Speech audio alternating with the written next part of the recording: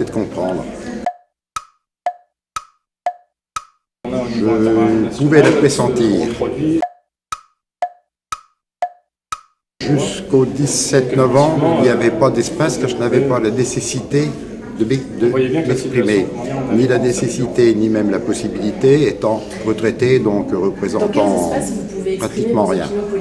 Depuis le 17 novembre, j'ai rejoint les Gilets jaunes. Entendu, oui. Écouté, non. C'est une bonne chose. Tout cela va dépendre de ce qui en sera fait après. Si c'est comme le rapport Borloo, je reviens à ma précédente réponse. On va commencer déjà par les salaires. On a un taux d'inflation officiel de 1,9%. Je considère que les salaires devraient être indexés au minimum, sans aucune discussion, du montant de l'inflation. Idem pour les retraites. Les retraités dont je suis ont une indexation de leur retraite de 0,3. Dans le même temps, 1,9 d'inflation. Donc nous avons perdu 1,6, 1,7 de CSG en plus. Donc cette année, nous nous sommes appauvris de 3%. Indexation des retraites automatiques du montant officiel, si tant est qu'il puisse être juste. Une lutte réelle contre l'évasion fiscale.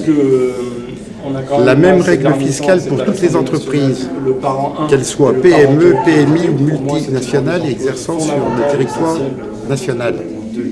Comment pouvez-vous concevoir que des entreprises artisanales aient un mode de taxation et que des multinationales aient un mode de taxation différent à des taux inférieurs?